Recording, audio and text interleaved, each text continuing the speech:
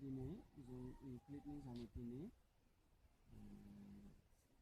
सोंथि आयदाखौ जों दिनै नायगोन। थांनाय क्लासाव जों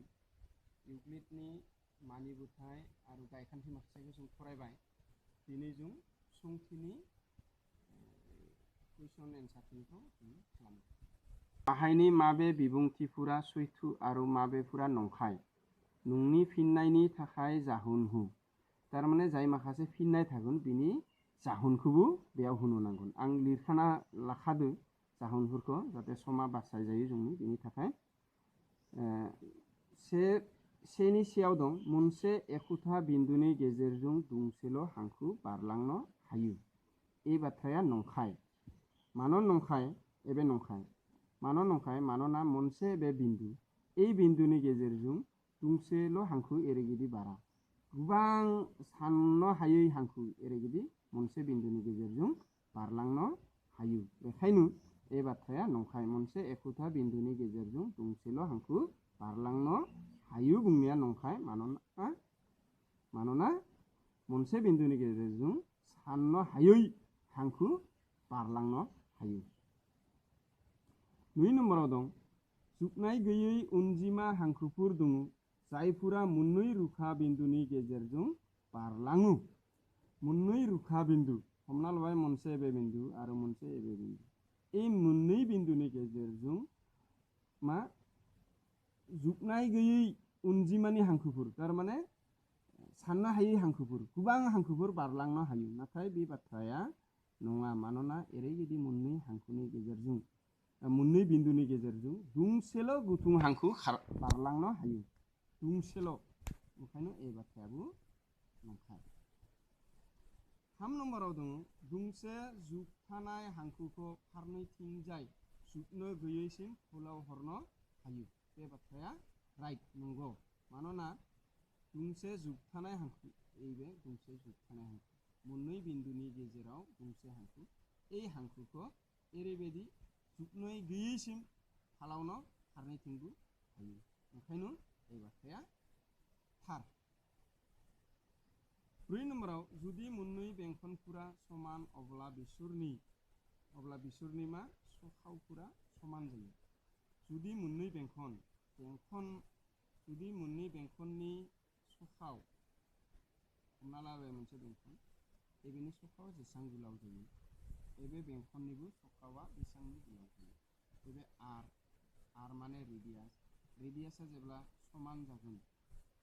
होमब्ला एबे बेंखन मोननैयाबो समान जागोन। ओंखायनो एबे राइट माने थार बाथ्रा। 5 नम्बराव दं सावगारि 5.9 एबे सावगारि माखासे जुदि ए बि पि किउ एबे ए बि हांखोआ पि किउ नि समान जायो आरो पि किउआ एक्स वाइ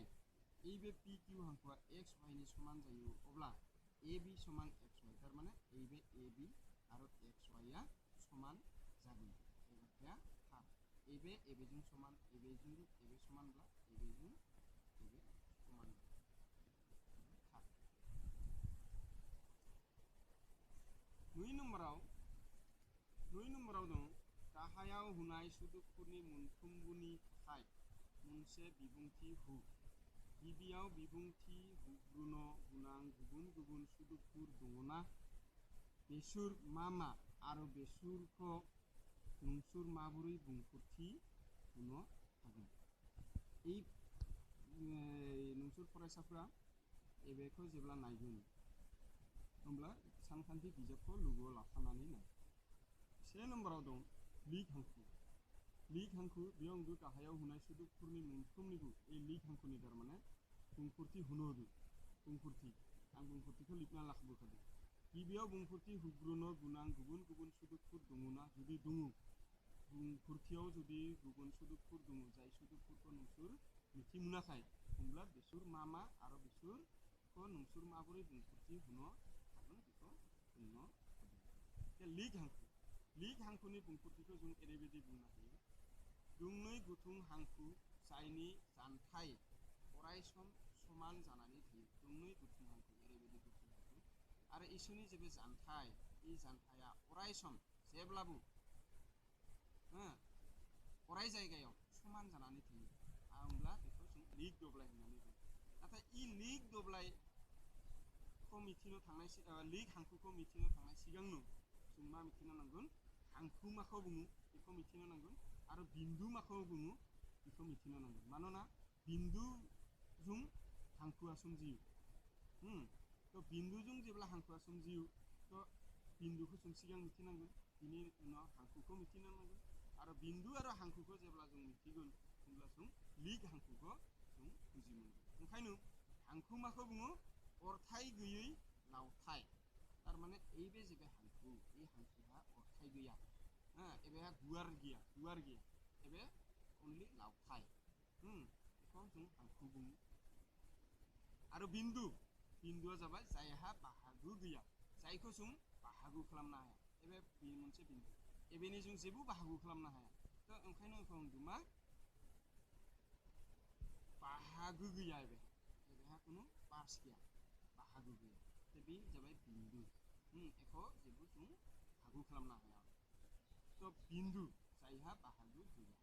बेखौ बिन्दु तो बिन्दुखौ मिथियोब्ला हांखोखौ मिथिब्ला लिग हांखोखौ मिथिगोन आरो लिग हांखो माखालि जागोन दुंनै हांखोआ लिग हांखो जागोन जेब्ला बिनि लिग हांखो बे हांखो मोननैनि जानथाया अराय जायगायाव समान जानानै थागोन होमब्ला जों बेखौ लिग हांखो होननानै थुंगुर हांखोफोर 2 नम्बराव दं थुंगुर हांखोआ जाबाय मा दोंसे हांखो गुबुन दोंसे हांखोजों खनाथि खना जानानै दानलायो बेखौ थुंगुर हांखो बुङो तारमाने एरैबायदि हांखो मोनसेनि सायाव एरैबायदि हांखोआ जेब्ला दानलायगोन आरो এই हांखोजों जानाय खनाया जेब्ला खनाथि खनानि मिनिङा जाबाय 90 डिग्री एबे 90 डिग्री एबेबो 90 डिग्री जुदि जायोब्ला एबे हांखोनि सायाव एबे हांखोआ थुंगुर होननानै जों बुंगोन बेखौनो बुंगोन मा थुंगुर हांखो तो थुंगुर हांखोखौ मिथिनायनि सिगांनो जों आरोबाव जों हांखो आरो खनाखौ मिथिनो नांगोन हांखो आं सिगांनो बुंबोखाबाय अरथाय गैयै लावथाय बेखौ जों हांखो होननानै बुङो आरो खनाया जाबाय मा मोनसे बिन्दुनिफ्राय मोननै हांखो गुबुन फारसे थांब्ला खना सोमजियो अर्थात एबे मोनसे बिन्दु এই बिन्दुनिफ्राय एरैबायदि दोंसे हांखो आरो एरैबायदि दोंसे हांखोआ गुबुन दिगाव जेब्ला थांगोन एबे खना सोमजियो बेखौनो बुङो खना तो बेखौनो बुंदों मा मोनसे बिन्दुनिफ्राय मोननै हांखोआ गुबुन फारसे थांब्ला खना सोमजियो बे खनाया गुबुन जखानि जानो हागौ गुबुन खनाथि खना खनासा खना खनामा खना एरैबायदि खना जानो हागौ नाथाय मोनसे बिन्दुनिफ्राय दोंनै हांखोआ गुबुन दिगाव थांनो नांगोन अब्ला जों खना बे सोमजिगोन दानिया हांखो खोन्दो 3 नम्बराव दं हांखो खोन्दोआ मा बुङो दोंसे हांखो जाय मोननै जोबथानाय बिन्दुजों सोमजियो दोंसे हांखो जाय जोबथानाय मोननै बिन्दुजों सोमजियो एबे मोननै एबे बिन्दुनि इजा एबे गैला ओजोंबो एबे गैला एबेनो जोब्बाय एबे हांखोआ एबेखौनो मा होनगोन हांखो खोन्दो होननानै बुङो एबे मोननै बिन्दुनि गेजेराव थानाय हांखोखौनो हांखो खोन्दो होननानै बुङो बेखौबो जों जेब्ला हांखो खोन्दोखौ मिथिनो थांगोन हांखो खोन्दोखौ मिथिनायनि सिगांनो जों हांखो माखौ बुङो बेखौ मिथिनो नांगोन आं हांखोखौ सिगां बुंबोखाबाय अरथाय गैयै लावथाय आरो बिन्दुखौबो जों बुंबोखाबाय जायहा बाहागो गैया जायखौ जों बाहागो खालामनो हाया एबे मोनसे बिन्दु एखौ जों जेब्लाबो बाहागो खालामनो हाया तो एखौ जों बिन्दु होननानै बुङो 2 नम्बराव दङ मा मोनसे बेंखननि सखाव जों माखौ दोंसे हांखो जायनि मोनसे जोबथानाय बिन्दु बेंखननि मिरु आरो गुबुन मोनसे जोबथानाय बिन्दुआ बेंखननि सोरगिदिं सीमायाव थायो बेखौनो जों मा बुङो बेंखननि सखाव होननानै बुङो एबे मोनसे बेंखन एबेनि मिरु बिन्दुनिफ्राय এই सोरगिदिं सीमासिन जानाय एबे जेबे हांखो এই हांखोखौ जों मा बुङो सखाव होननानै बुङो इंराजियाव जों रेडियास होननानै बुङो एबे जुदि बेंखननि मिरु बिन्दुआ जुदि सि होननानै हमो बा आरो এই सोरगिदिं सीमायाव ए बिन्दुखौ जुदि जों ए होननानै हमोब्ला सि एआ मा जायो सखाव हांखो जायो एबे मोनसे बेंखननि थाखाय तो बेंखननि सखाव हांखोखौ जों जेब्ला मिथिनो नांगौ बिनि सिगाङावनो जों बेंखन माखौ बुङो आरो बिन्दु माखौ बुङो बेखौ मिथिनो नांगौ बेंखना जाबाय मा मोनसे बिन्दुनिफ्राय समान जानथायाव थानाय मोनसे बिन्दुनिफ्राय समान जानथायाव थानाय बिन्दुफोरनि दाजाबथाय तारमाने मा जादो बेंखन माखौ बुङो मोनसे बिन्दुनि समान जानथायाव समान जानथाय एबेनिफ्राय एबे जेसां गोजान एजाबो इसां गोजान एजाबो इसां गोजान एजाबो इसां गोजान समान जानथायाव थानाय এই बिन्दुफोरनि दाजाबथायखौनो मांगोन जों मोनसे बेंखन होननानै बुंगोन एबे जुदि मेरु बिन्दुखौ जों अ होननानै बुङोब्ला एबे सखाव बेफोर सखावा अराय सम समान जखानि जायो मोनसे बेंखननि बेलायाव तो बेखौनो जों बुंगोन मा मोनसे बिन्दुनिफ्राय समान जानथायाव थानाय बिन्दुफोरनि दाजाबथायखौनो जों मोनसे बेंखन होननानै बुंगोन तो बिन्दुखौ जों फरायखादों सिगांनो बिन्दुआ जाबाय मा जायहा बाहागो गैया एबे मोनसे बिन्दु एबेहा जेबो बाहागो गैया एखौ जों भागु खालामनो हाया राननो हाया तो एबे बिन्दु बेखौ जों मिथिबाय बिनिफ्राय फैबाय बर्ग बर्गआ जाबाय मोनसे आखान्थिब्रै जायनि मोनब्रैबो आखान्थिफोरा समान आरो मोनब्रै खनायाबो खनाथि खनानि जायो मोनसे बर्ग जानो नांब्ला मा एबे मोनसे बर्ग এই बर्गनि एबे जेबे बर्ग এই बर्गनि এই मोनब्रैबो खना आखान्थिफोरा समान जखानि जायो एबे जेसां एबेबो बेसां एबेबो बेसां एबेबो बेसां समान जखानि जायो आरो এই खनाफोरा मोनफ्रोमबो 90 डिग्रीनि जायो 90 डिग्रीनि जायो आंनि आखिनाया एसे माबा जानो हागौ फाराग जानो हागौ नाथाय एबे 90 डिग्रीनि जायो এই गासैबो खनाया 90 डिग्रीनि तारमाने खनाथि खना जायो आरो मोनब्रैबो आखान्थिया समान जखानि जायो अब्ला जों बेखौ मा होननानै बुङो बर्ग होननानै बुङो तो बर्गखौ मिथिनाय सिगांबो जों मा मिथिनो नांगोन बिन्दुखौ मिथिनो नांगोन बिन्दुखौ आं फरायबोखाबाय जायहा बाहागो गैया आरो खनाखौबो जों फरायबोखादों मोनसे बिन्दुनिफ्राय दोंनै हांखो गुबुन गुबुन फारसे थांब्ला खना सोमजियो जेरै बे मोनसे बिन्दु ए बिन्दुनिफ्राय एरैबायदि दोंसे हांखो जुदि थाङोब्ला एबेखौ जों खना होननानै बुङो एबे खना एरैबायदि खनाया सोमजियो तो से नम्बरा 2 नम्बरा थांबाय दानिया मा जागोन 3 नम्बर गाहायाव होनाय मोननै मानि बोथायफोरखौ साननानै नाय जोंनि नोंसोर बिजाबाव नायना मोजाङै नाय गाहायाव होनाय मोननै मानि बोथायफोरखौ साननानै नाय मानि बोथाय आरो गायखान्थि आं सिगांनि क्लासाव बुंबोखादों मानि बोथाय आरो गायखान्थिया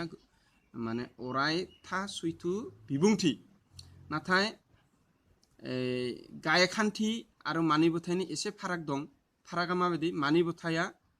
खालि जोंनि जामिति सेक्सनाव बा फुमसु बाहागोआवल' बाहायजायो नाथाय गायखान्थिफोरा सानखान्थिनि गासैबो बाहागोआव बाहायजायो एबे मानि बोथाय मोननै होनाय दं जायखि जाया मोननै रुखा बिन्दु ए आरो बी होनाय दं बेयाव मोनसे थामथि बिन्दु सी थायो जाय ए बी नि गेजेराव दं बे हेरिया एरैबायदि जायो एरैबायदि एबे ए आरो बी मोननै बिन्दुनि मोनसे हांखो दं हांखो दं मोननै ए आरो बी मोननै रुखा बिन्दु बेयाव थामथि बिन्दु दं सी जायनिखि ए आरो बी नि गेजेराव दं एबे गेजेर बिन्दु एबे मोनसे मानि बोथाय आरो होनाय दं मोनसे खमथारब्लाबो मोनथाम बिन्दु थायो जायफोरा एखे हांखोनि सायाव दं खमथारब्लाबो मोनथाम बिन्दु दं थायो जायफोरा एखे हांखोनि सायाव दं तो एबे हांखो मोनसे ए आरो बी एबेनि गेजेराव सी मोनसे दं खमथारब्लाबो मोनथाम बिन्दु थायो जायफोरा एखे हांखोनि सायाव दं एबे मोनथाम बिन्दु जाबाय बे ए बी हांखोनि सायाव दं तो बे कुइसना मा बुंदों बे मानि बोथायफोरा माबाफोर बुंफोरथि गैयै सोदोब दङना एबे मोननै मानि बोथायाव माबा बुंफोरथि गैयै सोदोब दङना बे मानि बोथायफोरा आरजानाय नंगौना तारमाने आरजानाय नंगौना नङा बेसोर इउक्लिडनि मानि बोथायफोरनिफ्राय फैयोना इउक्लिडनिफ्राय फैदोंना फैया बिजिर तो एन्सारा एरैबायदि बे मानिबोथायफोरा बे मानिबोथायफोराव गोबां बुंफोरथि गैयै सोदोब दं बे मानिबोथायफोरा आरजानाय मानोना बिसोर मोननै गुबुन गुबुन अबथाय बा सिचुएशन इंराजियाव जायखौ सिचुएशन होनना बुङो अबथायखौ फोरमायो तो एबे मोनसेयाव एबेनि कुइसना बे मानिबोथायफोरा माबाफोर बुंफोरथि गैयै सोदोब दङना बिनि एन्सारा एखिनिया बे मानिबोथायफोराव गोबां बुंफोरथि गैयै सोदोब दङ एबेनि कुइसना एबेखिनिनि कुइसननि एन्सारा नैथियाव दं बे मानिबोथायफोरा अरजानाय नंगौना बे मानिबोथायफोरा अरजानाय बे मानिबोथायफोरा अरजानाय अरजानाय कनसिस्टेन्ट माने इंराजियाव जायखौ जों कनसिस्टेन्ट होननानै बुङो बे मानिबोथायफोरा आरजानाय आरो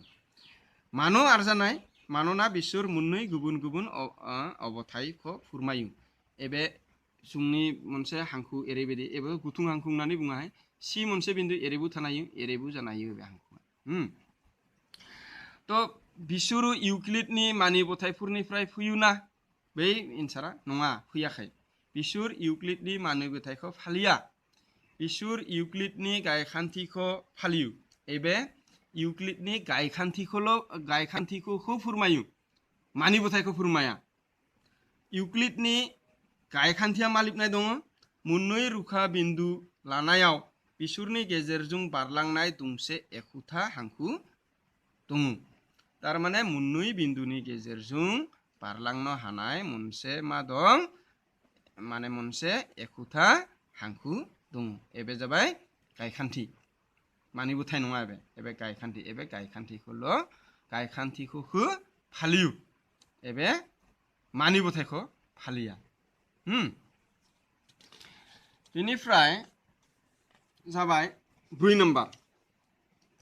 जुदि मोनसे बिन्दु सिया मोननै बिन्दु ए बी नि गेजेराव थायो जाहाथे AC समान BC अब्ला फोरमान खालामदि AC समान हाफ AB सावगारिखौ आखिनानै बिजिर तो जों मा खालामगोन एन्साराव मा लिरगोन एरैबायदि मोनसे जों हांखो लागोन एबे AB मोननै बिन्दु आरो बिनि गेजेराव मा थायो C बिन्दुआ दं ते AC BC बेयाव मा दं हुनाय दं मा दं AC समान BC तारमाने AC आ जेसां गोलाव BC आबो बेसां गोलाव तो फोरमान खालामनो नांगौ मा AC समान हाफ अफ AB तो जों मा खालामनो हायो AC जों AC समान BC जोंहा जेबे हुनाय दं तो जों मा खालामगोन बेयाव AC प्लस मा खालामगोन AC मोनसे AC दाजाबफागोन उजुं जुदि जों AC मोनसे दाजाबोब्ला उजुं मा खालामो BC दोबो जों मोनसे AC दाजाबनो नांगोन এই AC खौ जों फारनैथिंबो दाजाबनानै होबाय अब्ला बे मा जागोन AC दाजाबनाय AC नुई AC टुवाइस AC समान एबे मा जागोन BC plus AC नायदै BC plus AC तारमाने AC प्लस BC AC समान AC प्लस BC समान जों मा लिरनो हायो एबे समान जों मा लिरनो हायो AB এই गासै हांखोनि जखाया AC दाजाबनाय BC नि समान ओंखायनो एबेखौ जों मा होननानै AB होननायो तो AB जेब्ला जों लिरो होमब्ला এই नुइखौ जुदि जों इजुं लानानै हाङो इजुं मा थागोन अनलि AC आ थागोन नुइखौ इजुं एबे सानजाबनाय जाना दं इजुं समानसिननि हाग्रा फारसे लाना थांब्ला बे सिङाव थांगोन तो मा जाबाय AB এই बाथ्राखौनो बेयाव बुंदों AC समान हाफ AB AC समान हाफ AB बेयाव जाबाय एरैबायदि जों এই बाथ्राखौ फोरमान खालामनो हायो दानिया 5 नम्बराव दं मा सुंनाय ब्रुयाव एबे सुंनायाव C बिन्दुखौ AB हांखो खोन्दोनि मोनसे गेजेर बिन्दु बुंनाय जायो C आ AB नि गेजेर बिन्दु फोरमान खालामदि दोंफ्रोमबो हांखो खोन्दोआ मोनसे आरो मोनसेल'थार गेजेर बिन्दु दं तारमाने एबेखौ एरैबायदि बुङो एबे 2 नम्बर सुंनायनिनो माने मोनसे सुंबावनाय तो सुं एरैबायदि मोनसे हांखो लागोन एबे हांखोआनो ए बि सि मोनसे गेजेर बिन्दु एबेनि बायदिब्ला सि मोनसे गेजेर बिन्दु आरोबाव मोनसे सुं डि बिन्दु लागोन आरोबाव मोनसे बिन्दु लाफिननो होदो लागोन सुं फोरमाननि थाखाय तो मा दं बेयाव बेयाव दं मा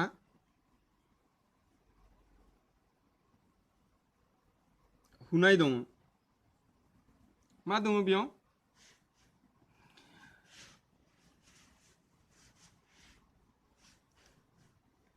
बेयाव AC समान मा दं एबे मोनसे इकुवेशननिफ्राय जों मोनफायगोन हाफ AB AC एबे A आरो C एबे AC आ मा जागोन AB नि हाफ आधा खावसे तो एक सुंनायनि फोरमान खालाम दि दुंफ्रोमबो हांखो खोन्दोआ मोनसे आरो मोनसेल'थार गेजेर बिन्दु दङ तारमाने मोनसेल' गेजेर बिन्दु थागोन मोननै थाया तो बे बाथ्राखौ जों मारै फोरमान खालामगोन ता आरो एबे से नम्बर आरो AD हमना लाबाय जों AD गेजेर बिन्दु जाना नांब्ला मा जाना नांगोन AB AD आबो जोंनि मा जाना नांगोन गेजेर बिन्दु जाना नांगोन अब्लाखौ माने मोननै गेजेर बिन्दु मोनसे हांखोआव थागोन तो AB निफ्राय ओजों AC बो समान हाफ AB आरो AD बो समान हाफ AB तो ओंखायनो से आरो नयनिफ्राय ओजोंबो हाफ AB ओजोंबो हाफ AB एबे मोननैया जुदि समान जानो नांगौब्ला मा जानो नांगोन AC समान AD जानो नांगोन नाथाय जों नुदों मा AC आरो AD आ समान नङा AC आरो AD आ समान नङा AC आ जेसां गोलाव AD आ बेसां नङा ओंखायनो इसोर समान नङा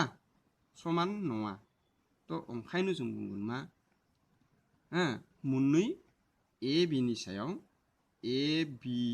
याव मा मोननै गेजेर बिन्दु थाया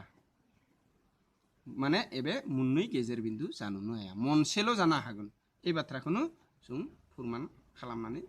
दिन्थिबाय बेनिफ्राय 2 नम्बर सावगारि 5.G आव बे सावगारियाव जुदि AC समान BD अब्ला फोरमान खालामदि AB समान CD जायो तो जों मा खालामगोन फोरमान खालामगोन तो एबाव हुनाय दं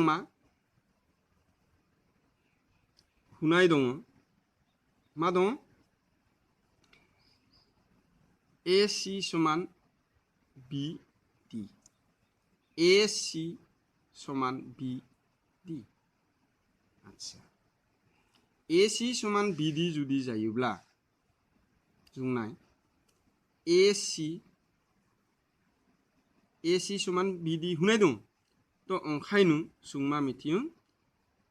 AC समान जों मा मिथियो AB प्लस BC एबेखौ नाय सावगारिखौ AC समान AB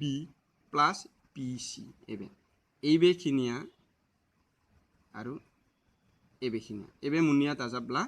AC नि समान आरो BD समान मा BC प्लस CD तो दा AC समान एबेखौ मोनबाय जों BD समान एबेखौ मोनबाय आरो जोंहा हुनाय दं मा AC समान BD तारमाने एबे AC समान BD तो AC समान BD जुदि जायोब्ला माने समानसिनि लेफ्ट साइडनिया जुदि समान जाजलायोब्ला एबे 1 नम्बर इक्वेशन एबेखौ जुदि 2 नम्बर इक्वेशन लायो तो हाग्रा मासेनिया राइट हैंड साइडनियाफोराबो समान जागोन इजुंनिया जुदि समान जायो उजुंनियाबो समान जागोन ओंखायनो से आरो नुइनिफ्राय जों मा लिरनो हायो A B plus B C समान B C plus C D एबे जागोन तो उजुंबो बी सी एबे बी सी जुदि माने काटा काटि थाङोब्ला थाबाय मा ए बी समान सी डी ए बी समान सी डी এই बाथ्राखौनो जोंखौ फोरमान खालामनो होदो एबे फोरमान जाबाय এই बाथ्राखौनो जोंखौ फोरमान खालामनो होदो माने जोबोद सिम्पल बाथ्रा बेयाव जेबो क्रिटिकल बाथ्रा गैया नाथाय साननायाव माने थिकके साननानै लानो हानो नांगौ अब्लानो एबे जागोन लास्ट इउक्लिडनि गायखान्थि एक्सियम्स माने गायखान्थि नि फारिलाइयाव थानाय गायखान्थि बाखौ मानो अरायथा सैथो इंराजियाव इउनिभार्सेल ट्रुथ होननानै साननाय जायो गुसु हुदि बे सोंनाया बाथि मानैबोथायनि सोमोन्दै नङा इउक्लिडनि 5 नम्बर गायखान्थिखौ मानो अरायथा सैथो होननानै साननानै लानाय जायो तो फिननायाव एरैबायदि इउक्लिडनि बाथि गायखान्थिया मा इउक्लिडनि बाथि गायखान्थिया जाबाय आबुङा बाहागोनिख्रुइ देरसिन এই बाथ्राया जाबाय इउक्लिडनि 5 नम्बर गायखान्थि द होल इज ग्रेटार देन पार्ट्स बे बाथ्राया थार मानोना बाहागोफोर लोगो नांनानै मोनसे आबुं जायो एबे मोनसे आबुं हमना लाबाय एबे आबुं एबे मोनसे बेंखन एबे आबुं एखौ जों एरैबायदि बाहागो खालामना लानाय एरैबायदि जेसेबां गुसु एसेबां जों बाहागो खालामना लानाय এই मोनफ्रोम बाहागोफोरनिख्रुइ एबे गासैया तारमाने आबुं माने मा এই गासैया देरसिन ते एबे अराय सैथो बाथ्रा एबे अराय